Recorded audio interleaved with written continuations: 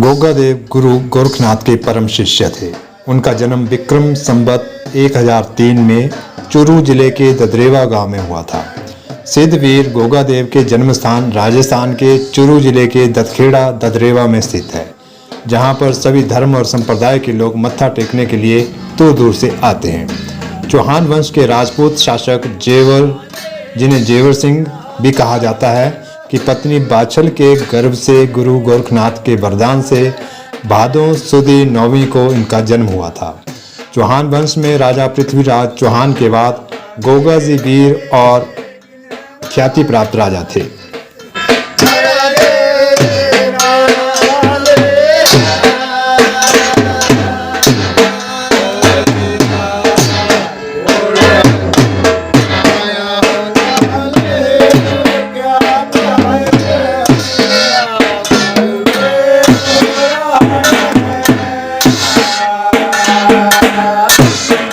चौहान वंश में राजा पृथ्वीराज चौहान के बाद गोगा जी वीर और ख्याति प्राप्त राजा थे।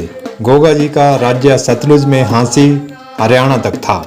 लोक मान्यता व लोक कथाओं के अनुसार गोगा जी को सांपों के देवता के रूप में भी पूजा जाता है। लोग उन्हें गोगा जी, गुग्गा वीर, जहार वीर, राजा मांडलिक व जहार पीर के नामों से पुकारते हैं। ये गुरु गोरखनाथ के प्रमुख शिष्यों में से एक थे।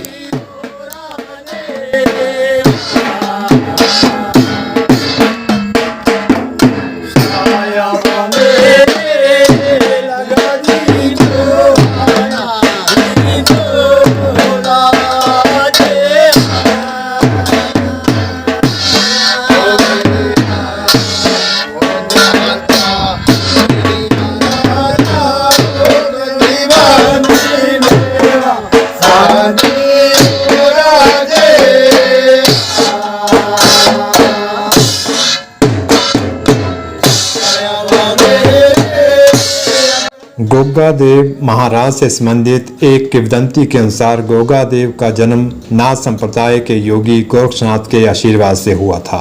योगी गोरक्षनाथ ने ही इनकी माता बाछल को प्रसाद रूप में अभिमंत्रित गुग्गल दिया था, जिसके प्रभाव से महारानी बाछल से गोगा देव यानी जहार वीर का जन्म हुआ। इस वक्त हमारे साथ हैं सुरेश कुमार, और जैसा कि पता है आपको कि इन दिनों श्री गोगा महाराज की मंडलियां चल रही हैं, लेकिन बारी गांव की खासियत ये है कि श्री गोगा महाराज की मंडली के साथ श्री कोलू सिद्ध बाबा की मंडली भी साथ चलती है। तो आइए सुरेश कुमार से हम जानना चाहेंगे कि आज कितने दिन हो गए मंडली चलते हुए? आज 4 दिन हो गए हैं जी। और क्या आपकी ये व्यवस्था रहती है, किस तरीके से सुबह से लेकर शाम तक? क्या ये सुबह हम 10 बजे से शुरू करते हैं और शाम को 7 बजे आरती करते हैं। फिर डेरे के ऊपर जो है रात को 11-12 बजे तक जो है गुणगान करते हैं गुग्गा मंडली का, और सारा दिन गुणगान करते रहते हैं। हर घर में हम इसका गाने का काम करते हैं। 9 दिनों तक जो है हमारा गुग्गा मंडली का काम चलता है। सुरेश जी, आज जो आप कथा गा रहे हैं, हाँ जी, कौन सा प्रसंग चला हुआ है? ये जो है गुग्गा मंडली का प्रसंग हमने गाया, जिस वक्त गुग्गा जो है वो गौड़ बंगाले में गया है और उसके घोड़े को वहाँ पर जो है घेर लिया है, फौजियों ने घेरा है। तो उस वक्त उसने सांझी राजे से कहा कि आप मेरा साथ दो, मुझे यहाँ से फौजियों से छुड़ा दो। तो सांझी राजा ने कहा कि आप मेरी फौजियों को साथ में ले जाओ। तो उसने गुग्गा राणा ने कहा कि मैं आपकी फौजियों को नहीं लूँगा, क्योंकि मैं चौहान वंश का आदमी हूँ, तो चौहाना को लाज लग जाएगी इससे। तो उसने अपने बलबूते के ऊपर जो है गुग्गा ने लड़ाई की और जोड़ुओं के साथ भी लड़ाई की, फौजियों को मारा। और फिर सांझी राजा ने उसे कहा कि अब हम वृंदावन से गौआ मंगाएंगे, गौआ का आपको दाज देंगे, साथ में घोड़ों का दाज देंगे। हाथी दिल्ली के कजली वंश से मंगाए और उसका दाज, हाथियों का दाज जो उसको दिया। तो यहाँ तक जो हमने गाया है।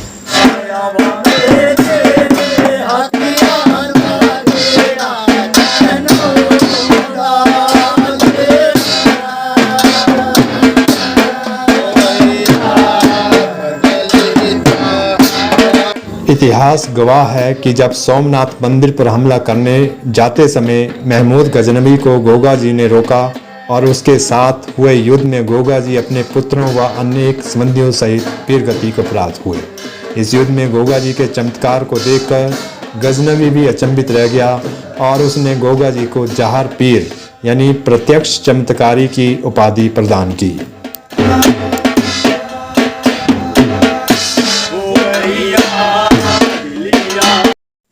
सुरेश जी, पिछली बार भी पोलखोल न्यूज़ चैनल ने गुग्गा मंडली की कवरेज दी थी। हाँ जी। इस बार मंडली में कौन कौन सदस्य आपके साथ चले हुए हैं? एक मैं सुरेश कुमार गुग्गा मंडली का अध्यक्ष हूँ और सिद्ध पीढ़ के जो हमारे सबसे बड़े बुजुर्ग हैं वो अमरनाथ जी हैं, जिनकी आयु इस वक्त 80 वर्ष है। दूसरे इंद्र जी हैं और एक सुमित जी हैं, राजकुमार जी हैं और राकेश जी हैं, कमलेश जी हैं, अजय कुमार जी हैं। तो हम 9 आदमी हैं इस वक्त। और हमारे जो सबसे बड़े गायक कलाकार थे हमारे प्रधान श्रीमान गोरखराम जी, वो स्वस्थ नहीं हैं, वो इस बार आ नहीं सके हैं। तो हम ये भी कामना करते हैं कि उनका स्वास्थ्य ठीक हो जाए। उनके बिना थोड़ा हमें भी अच्छा नहीं लग रहा है, हमें याद आ रही है उनकी बार बार। वो शरीर उनका ठीक नहीं चला है, तो भगवान उनको ठीक कर दे। ये मंडली सदियों से चली आ रही है।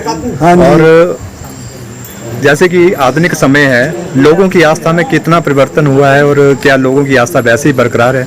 थोड़ा बहुत परिवर्तन तो पड़ गया है। जैसे पहले लॉकडाउन से पहले हमारे साथ 40-50 आदमी चलते थे, लेकिन इस बार जो है हम देख रहे हैं 2 सालों से 10-12 आदमी ही हमारे साथ रह रहे हैं। बाकी गांव के नहीं तो पहले 40-50 आदमी गांव के साथ में रहते थे। क्या वजह क्या हो सकती है इसकी? कुछ तो लॉकडाउन का भी फर्क पड़ा और कुछ जो है तो नए आदमी जो हैं वो इतना ये भी नहीं कर रहे हैं, सुन रहे हैं। इस बार जो है परिवर्तन कुछ मौसम के विभाग से भी लोग परेशान होकर जो हैं अपनी अपनी जगह फंसे हुए हैं।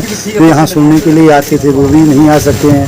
तो कुछ मौसम की वजह से भी हमारा जो साथ है वो बिछड़ चुका है। सुरेश जी, हमारे दर्शकों के लिए बता दीजिए कि गुग्गा नवमी कब है और अंतिम जो डेरा होता है वो कब होगा?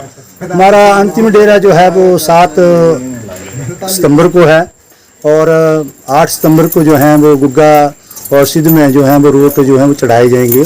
तो उन 8 तारीख तक जो है हमारा आयोजन चलेगा। बहुत बहुत धन्यवाद। ये थे हमारे साथ सुरेश कुमार, जो कि गुग्गा मंडली के अध्यक्ष हैं। दर्शकों, देखते रहें पोलखोल न्यूज़ चैनल।